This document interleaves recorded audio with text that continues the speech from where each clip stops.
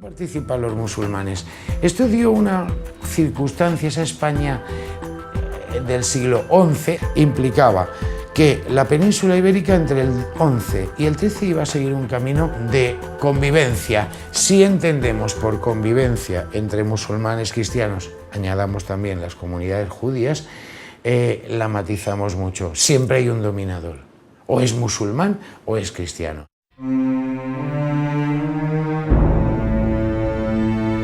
La conquista del Levante hispano, a manos de Jaime I y financiado por la burguesía catalana, fue especialmente dura. Una conquista que acabó con numerosas comunidades y esclavizó a parte de la población. Finalmente, Valencia, conocida como Medina Turab o la Ciudad de la Tierra, acabó subyugada por la herrumbrosa espada del feudalismo. Cuando llega Jaume I, expulsa a los musulmanes de las mejores tierras. Lo que se pretende es que se quede el número adecuado de musulmanes para que se produzca una colonización feudal. En el año 1570, época de Lepanto Felipe II, ya se planteó la posibilidad de la expulsión, rechazada curiosamente por ¿quiénes? Por los señores feudales y la Iglesia como señora de tierras. Esa es la paradoja. Mudéjares y moriscos, desde el momento de la conquista, quedan absolutamente vinculados a la economía como una persona cristiana más. Las enormes redes comunitarias del Islam levantino y peninsular fueron progresivamente asfixiadas y violentadas por la extraordinaria máquina de guerra feudal. Los pactos, los acuerdos son los de conquista militar. Y a partir de ahí se les permitirá o no estar. A partir de aquí, ¿qué pasa? Quedan a merced de unas relaciones sociales feudales donde tienes que pagar una serie de rentas, un permiso de desplazamiento, no por ser musulmán, sino porque eres un vasallo. El mudéjar es un musulmán al que se le permite vivir bajo dominio cristiano, que no se olvide eso, con una teórica protección del rey cristiano y que a cambio puede ejercer su religión, tener las leyes propias, una sharia, sus oficiales, sus costumbres, su lengua árabe. Vale, sí, todo eso bien, pero evidentemente esto era un paso hacia la aculturación. El feudalismo era un modo de entender las relaciones con el medio muy particular, donde la tenencia de la tierra pasaba por la servidumbre a un señor o señores alojados en castillos. Un señor que esquilmaba los recursos del campesino y que además lo decía proteger. Cristiano, las viejas familias aristocráticas pierden frente a la nueva aristocracia, pero una aristocracia que a lo mejor es un señor que tiene un castillo que está armado con 12 colegas, 12 amigos con los que ha formado un bloque y se impone sobre la población y dice: y ahora me vais a proteger, me vais a pagar esto y yo a cambio os protejo. Es una relación que hoy ya calificaríamos de mafiosa puramente. En ese sentido, el feudalismo se expandió como sistema por toda Europa y fue el primer sistema económico mundial, antes que el capitalismo. El feudalismo se basaba en la coacción de señores que se imponían por la fuerza, sin apenas ley que los sujetara, enfrentados a un sistema reglado de poder público que no podía realizar las mismas exacciones y tributos, limitados en teoría por la sharia. En el Islam se ha discutido siempre mucho sobre esa feudalización o feudalismo.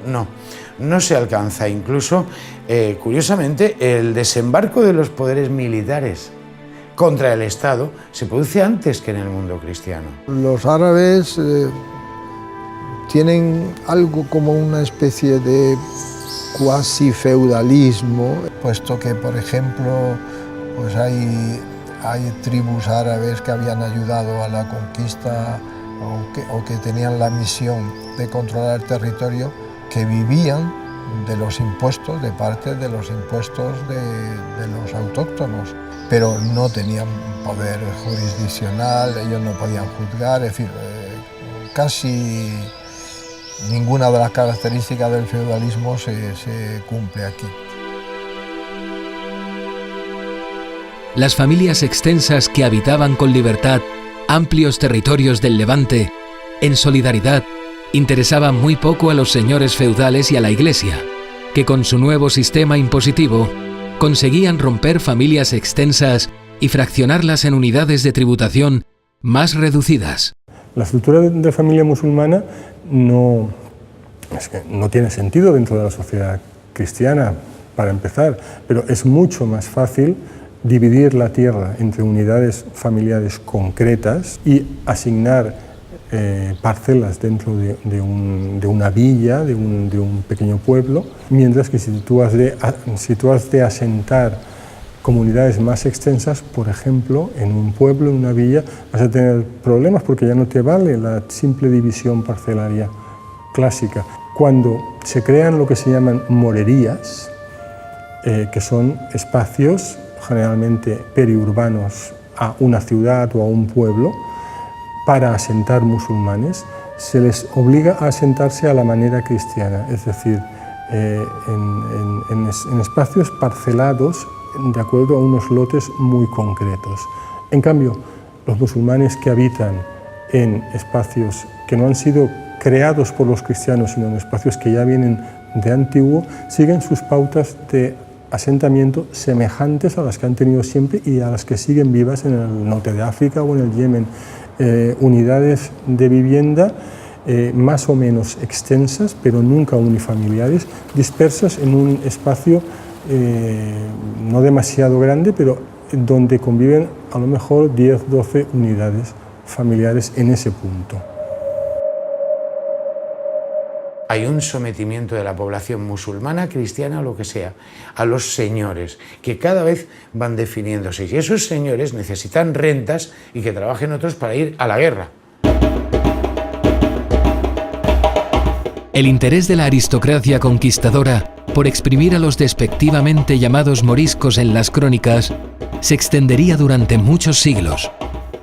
Unos andalusíes cristianizados a la fuerza, desprovistos de sus propios recursos, humillados y ampliamente utilizados por los nuevos conquistadores, que vieron en ellos una fuente de enriquecimiento notable. Ese sistema feudal, basado en la explotación agrícola, fue capital para impedir la expulsión. Y en cambio, ideológicamente, cada vez se veía más un cuerpo extraño, inasimilable, que había que extirpar. Esa extirpación de golpe, 1609.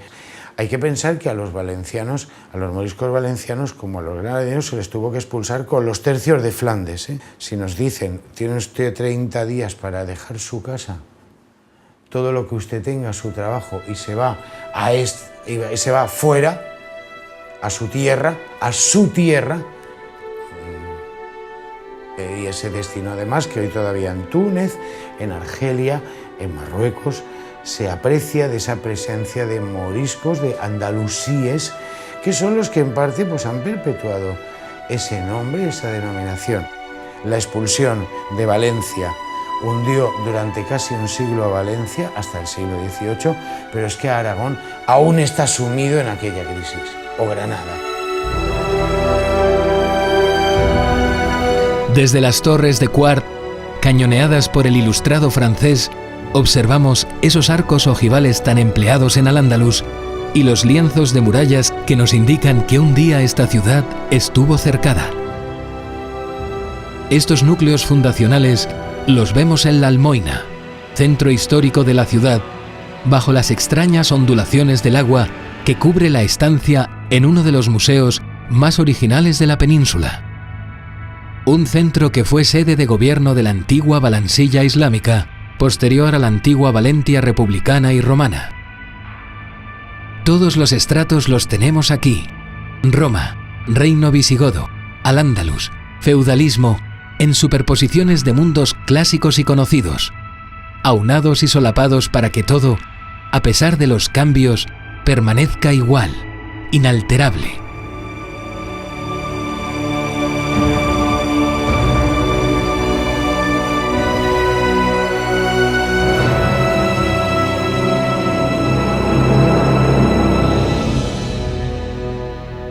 Y es que, ¿es el poder terrenal alterable?